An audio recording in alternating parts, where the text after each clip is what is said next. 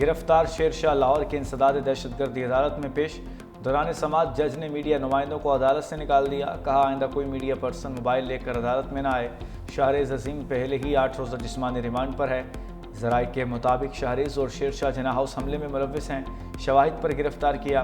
جناح house حملے کے وقت شیر شاہ سزا یافتہ حسان نیازی کے ساتھ موجود تھا۔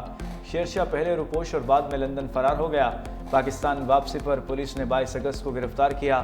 دوسرے ملزم شاہریز خان کو بھی جناح ہاؤس حملے اور منصوبہ بندی کیس میں گرفتار کیا گیا۔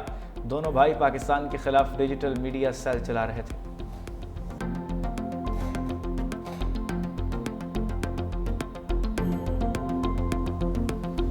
شیر شاہ اور شاہریز اس وقت دونوں پولیس کی کسٹڈی میں ہیں۔ ان کا جرم کیا ہے؟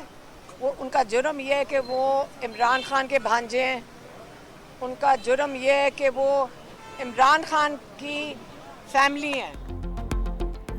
دونوں بیٹوں کا جرم یہ ہے کہ وہ بانی پی ٹی آئی کے بھانجے ہیں۔ علیمہ خان کی میڈیا سے گفتگو، کہا کہ کسی دباؤ میں نہیں آئیں گے، حکومت گھبراہٹ کا شکار ہے، ایسے فیصلوں سے یہ ڈوب رہی ہے۔ حکومت اس طرح کی کارروائیوں سے فیملی پر دباؤ ڈالنا چاہتی ہے تاکہ بانی پی ٹی آئی کو مزید دبایا جا سکے۔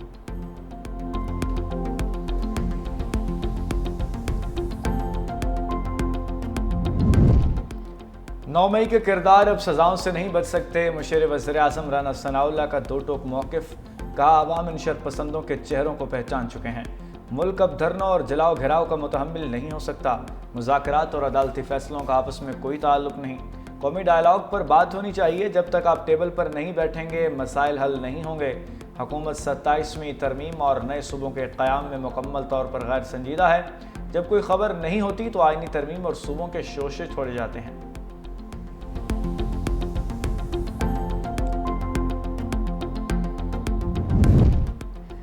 9 مئی کو رانا ثناء اللہ کے گھر پر حملے کا کیس، انسداد دہشت گردی عدالت نے مقدمے کا ٹرائل مکمل کر لیا، کیس کا فیصلہ پیر کو سنایا جائے گا۔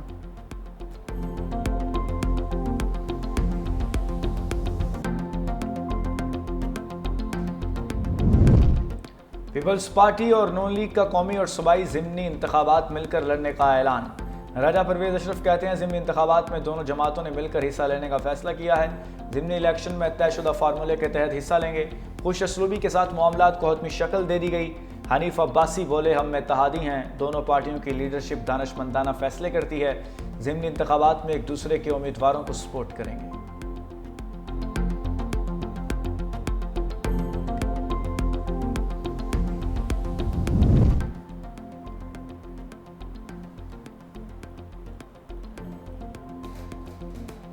حالیہ بارشوں اور سیلاب سے متاثرہ لوگوں کی مدد قومی فریضہ ہے، وزیراعظم کا عزم، گلگت بلتستان کے علاقے غزر میں سیلابی صورتحال پر خصوصی احکامات، کہا کہ متاثرین کے ریسکیو اور امداد کے بعد ان کی بحالی کا کام شروع کیا جائے گا، تمام متاثرین تک طبی امداد اور امدادی سامان کی فراہمی کو ہر حال میں یقینی بنایا جائے، دریاؤں، ندی نالوں اور پانی کی قدرتی گزرگاہوں کی گرد تعمیرات کو روکنے کے لیے قومی سطح پر مہم چلائیں گے، سیلاب کی اطلاع دینے پر غزر کی رہائشی وسیعت خان کو خراج تحسین پیش کیا، کہا کہ وسیعت خان کا بروقت مطلع کرنے پر جانی نقصان سے بچنا ممکن ہے۔ بینظیر بھٹو کا وعدہ تھی کہ وہ روٹی کا اپنا مکان دے گی، تو میں بہت خوش ہوں یہ دیکھ کے کہ سندھ حکومت، پیپلز پارٹی کی حکومت وہ وعدہ پورا کر رہے ہیں اور آپ سب کا گھر یا بن گئے ہیں یا بن رہے ہیں، اور ان گھر کے ساتھ ساتھ جو سب سے اہم بات ہے کہ جو مالکانہ حقوق ہے، جو صنعتیں ہیں، وہ ہمارا کوشش ہے کہ ہم آپ کا نام کریں، خاص طور پہ ان گھر کی خواتین کا نام کریں۔ سندھ کے سیلاب متاثرین کو گھر دے رہے ہیں، بلاول بھٹو کہتے ہیں کہ کوشش ہے گھر کی خواتین کو مالکانہ حقوق بھی دیے جائیں، سندھ حکومت گھروں میں سولر پینل دینے کی کوشش بھی کرے گی، سندھ حکومت شہید بے نظیر بھٹو کا وعدہ پورا کر رہی ہے۔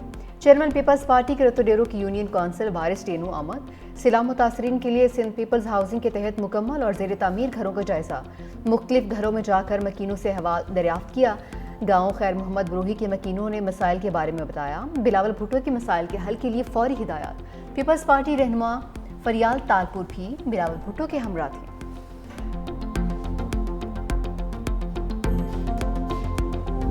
غزر میں گلیشیئر پھٹنے سے متاثرہ گاؤں میں تباہی کے مناظر، گاؤں تالداس کے مکین خیمہ بستی میں منتقل، وزیر اعلیٰ گلگت بلتستان کا متاثرہ علاقے کا دورہ، امدادی کارروائیوں کا جائزہ لیا، متاثرین سے بھی ملے۔ پانی اور بجلی، رابطہ سڑکیں ہنگامی بنیادوں پر بحال کرنے کی ہدایت، وفاق سے مدد مانگ لی۔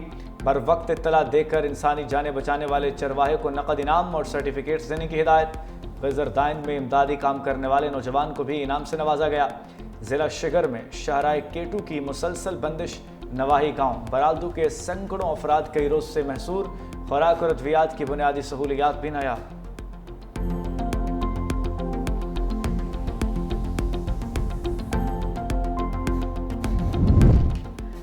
بھارت کے بغیر اطلاع چھوڑے پانی سے دریاؤں میں ہلچل۔ ستلج میں ہیڈ گنڈا سنگھ والا کے مقام پر پانی کی سطح مزید بلند، آمد 1,98,886 کیوسک ریکارڈ۔ ہیڈ سلیمانکی کے مقام پر پانی کی آمد 74,858 کیوسک۔ تیز بہاؤ کی وجہ سے بہاول نگر میں متعدد عارضی بند ٹوٹ گئے، پانی آبادیوں میں داخل۔ بونگا احسان بی بی کے قریب چرباہا سیلابی پانی میں بہہ گیا۔ جلال پور پیروالا کے مقام پر دریائے ستلج بے بھر گیا، موضع جامپور کا ذمہ دار بند ٹوٹ گیا۔ کوٹ ادو میں ہیڈ تونسا کے مقام پر دریائے سندھ میں طغیانی، پانی احسان پور اور گردنوا کے علاقوں میں داخل۔ زمینی رابطہ منقطع۔ کشمور میں گڈو بیراج بھی پانی کی سطح سے مزید بلند ہو گیا، کچے کے متعدد دیہات ڈوب گئے۔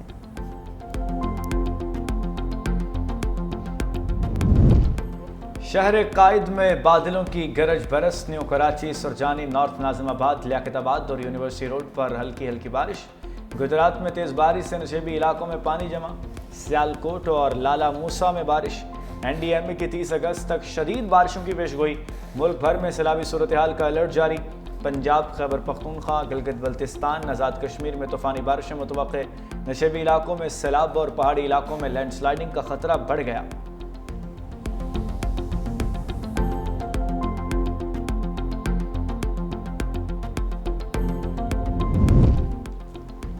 بارشوں کے بعد میئر کراچی کو تنقید کا نشانہ نہیں بنایا، گورنر سندھ کی وضاحت، کہا کہ میئر کراچی کو آفر کی کہ مل کر چلتے ہیں، مجھ پر پارٹی کا جو قرض تھا اس کو پورا کرنے کی کوشش کی ہے، مجھ پر سیاسی اور حسد کی بنیاد پر الزامات لگاتے ہیں، مجھ پر کرپشن کا کوئی الزامات نہیں لگاتا، ہم ملک کی معیشت کو مزید مضبوط کریں گے۔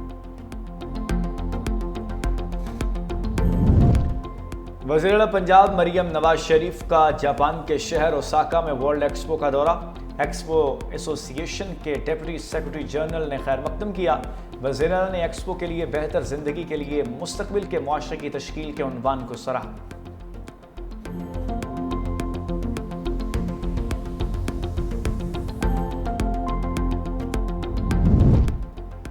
مارکہ حق کے بعد اب مارکہ معیشت کی باری ہے، تاجر رہنما اسم تنویر کا فیصل آباد میں تقریب سے خطاب، کہا دشمن کی غلط حرکت پر پاک افواج نے سبق سکھا دیا، مارکہ معیشت کی جنگ ہم نے لڑنی ہے، ہمارا ہدف $100 ارب برآمدات ہے، غربت اور مہنگائی پر قابو پانا ہمارا ہدف ہے۔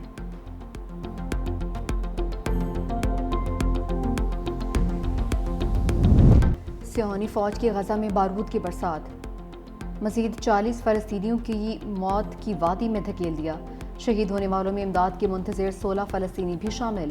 بھوک اور غذائی قلت نے فلسطینیوں کو ہڈیوں کا ڈھانچہ بنا دیا، خوراک کی کمی سے مزید 8 فلسطینی لقمہ اجل بن گئے، 2 معصوم بچے بھی شامل۔ لاہور سے فلسطینیوں کے لیے 100 ٹن امدادی سامان مصر پہنچ گئے، امدادی سامان کی تیسری کھیپ غزہ روانہ کی جائے گی۔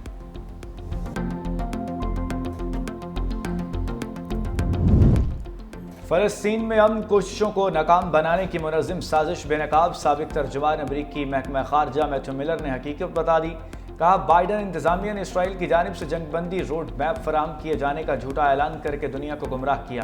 حماس مستقل جنگ بندی چاہتا تھا لیکن اسرائیل نے انکار کیا، اصل رکاوٹ اسرائیلی وزیر اعظم نیتن یاہو اور ان کی شرائط تھیں۔